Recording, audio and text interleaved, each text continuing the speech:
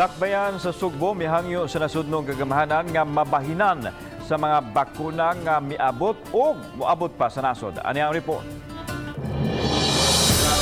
Share kay ang atong mga senior citizens daghan na kayong willing nga magpabakuna. Nakiglambigit na si Mayor Edgardo Labella kang Secretary Carlito Galvez sa tinguha nga mahatagan og Sinovac nga miabot og sa mga bakuna gikan sa Russia nga moabot pa. Gihimugatan sa mayor ang kadasig sa mga senior citizens nga gusto nang magpabakuna. Apan kasamtangang gihunong ang vaccine rollout tungod kay nahutda naman sa supply.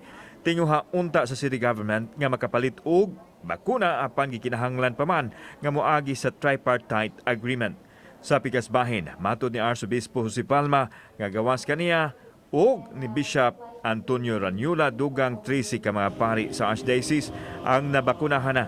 Subling ipadayag sa Arsobispo ang kamahinungdanon sa bakuna batok sa COVID-19. As we often say, we coordinate with Project Balik Buhay, the people involved, and they were saying we will do the vaccination after having, clarified or lined up the priority.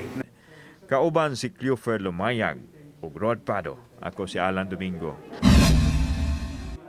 Balitang Bisdak.